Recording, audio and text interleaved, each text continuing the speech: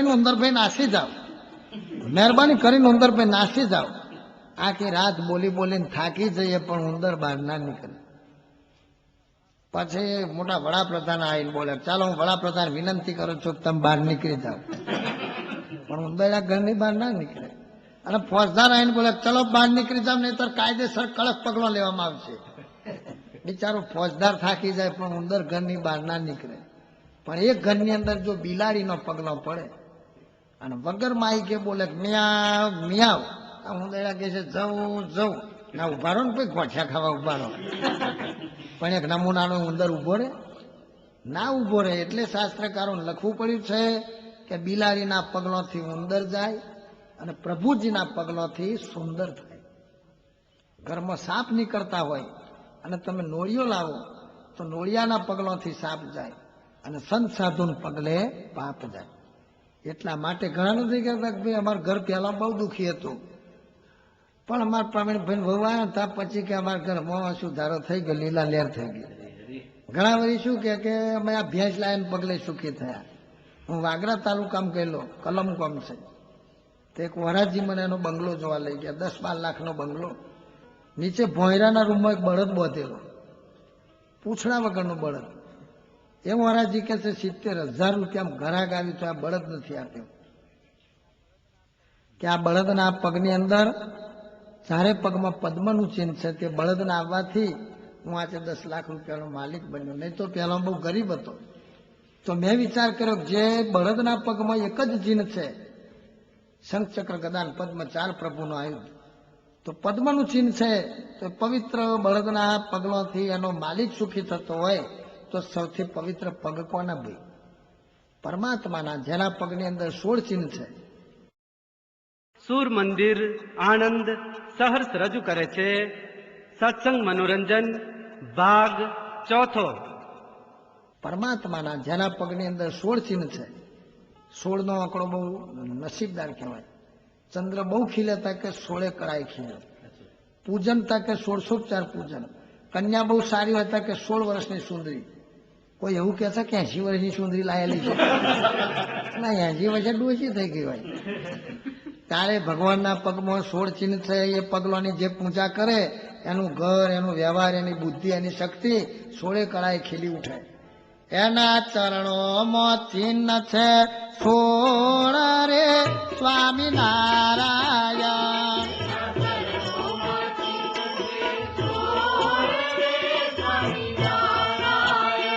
એના ચરણોમાં ચિહ્ન છે 16 રે સ્વામિનારાયણ.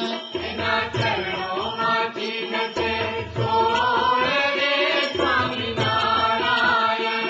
એની જડના જગમાં જોડ રે સ્વામી નારાયણ, સ્વામી નારાયણ. એની જડના જગમાં જોડ રે સ્વામી નારાયણ, સ્વામી નારાયણ.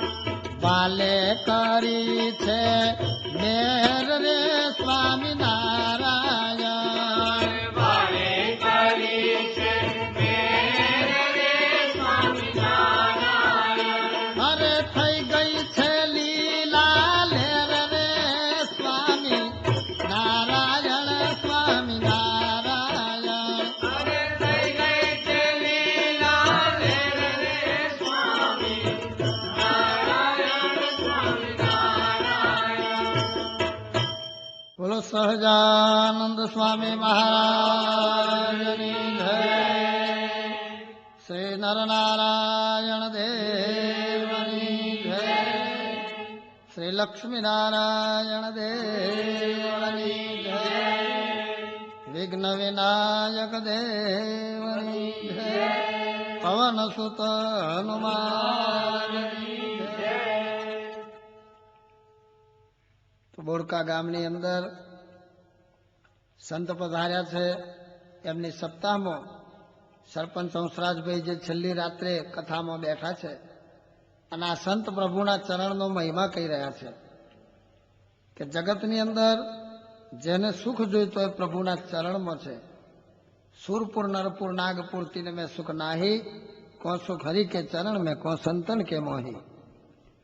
તો ચરણનો પ્રતાપ કેવો છે કે ઘણા ખેતરોની અંદર અનાજ જો સારું ના પાકતું હોય તો રાત્રે ઘેટો બકરો બેસાડવામાં આવે છે. ઘેટો બકરો જ્યાં બેઠો હોય તેના પગલાંથી ખેતરમાં અનાજ સારું પાકે. સાથી પાકે. જો રાત્રે બેઠો હોય તો લીડીઓ કરે કે જ્યાં પડી લેડી ત્યાં અનાજ રેડી, જ્યાં એ મૂતરે ત્યાં સારામાં સારું ઉતરે. કારણ કે એના મૂત્રની અંદર યુરિયા ખાતર હોય છે. આ ખેતરમાં બેઠી ગાયો તે ખેડૂત ફાયો ભાઈ. 500 પોદરા કર્યા હોય તે ખેતરમાં અનાજ સારું પાકે. ત્યારે પશુના પગલાંથી જો ખેતર સુધરી જતું હોય તો પરમાત્માના પગ જો પૂજાય છે એ ઘર જરૂર સુખી થાય. આજે જે કોઈ મુંબઈ જાય તો લોકો કે ભાઈ મીઠાઈ વાળાને હલવો લેતા આવજો. પણ મોહનલાલ એસ મીઠાઈ વાળા મુંબઈ ગયા હતા, હાથે પગે ગયેલા, એમની પાસે કોઈ મિલકત નહીં.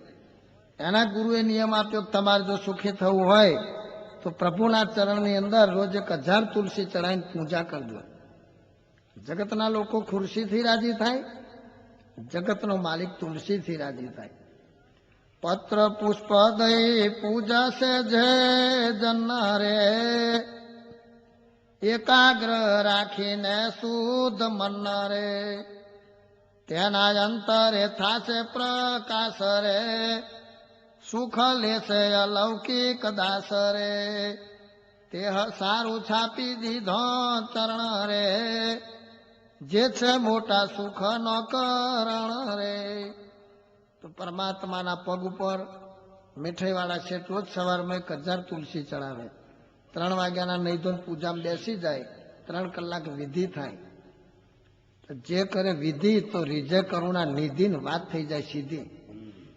દરેકની વિધિ હોય. અહીંથી આપણે પોરબંદર સમાચાર આપવા જવું હોય તો સમય ઘણો જોઈએ, ભાડાના પૈસા પણ ઘણા જોઈએ. પણ સરકારે પોસ્ટની વિધિ કરી. 15 પૈસામાં પોસ્ટકાર્ડ મળે. એ પોસ્ટકાર્ડની અંદર બધા સમાચાર લખીને એડ્રેસ કરી દો.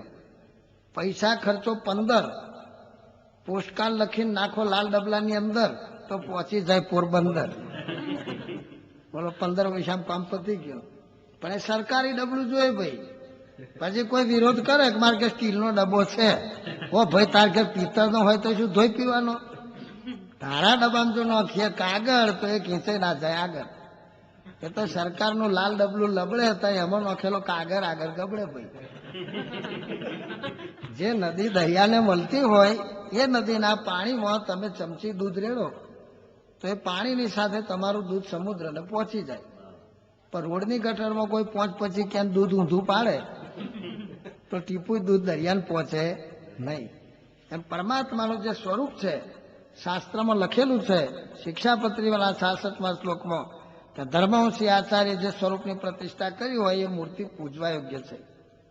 જેમ ગવર્નરની સહીવાળી નોટ બજારમાં ચાલે, પણ ગમે એ વ્યક્તિ નોટ છાપે તો કોઈ કશું આપે? બનાવટી નોટ લઈને જાય તો માલ નહીં મળે પણ માર મળે. પણ સાચી મૂકો નોટ તો વસ્તુ આવે લોટ. મીઠું મરચું હળદર ઘી ગોળ તેલ બધો એની અંદર ખેલ, પણ પહેલા નોટ કકડતી મેલ. એટલે શાસ્ત્રમાં લખેલી વાત છે આ કે ધર્મવંશી આચાર્ય જે કુળમાં ભગવાન સ્વામિનારાયણ પ્રગટ થયા એ ધર્મદેવનું કુળ. ધર્મ કુળ છે જો અતિ રૂડું રે, જેનું મૂળ છે જો અતિ ઊંડું રે, જેવું અમારું કુળ મનાશે રે, તેને તુલ્ય બીજું કેમ થાશે રે. તો ધર્મવંશી આચાર્ય એવો શબ્દ લખ્યો છે. જો ખાલી આચાર્ય લખ્યું હોત તો અત્યારે એટલી બધી ખોપરીઓ હોશિયાર થઈ ગઈ છે કે પ્રાથમિક શાળાના આચાર્યને બોલાવી લાવે કે ચાલો રવિવારની રજા છે ને આરતી કરીને પ્રતિષ્ઠા કરી દો. કોઈક હાઈસ્કૂલના આચાર્યને બોલાવી લાવે. પણ એ ચોખ્ખું પરમાત્માએ ના પાડેલી છે કે ધર્મવંશી આચાર્ય. એ જી ધર્મ કુળે આચાર્ય સ્થાપિયા,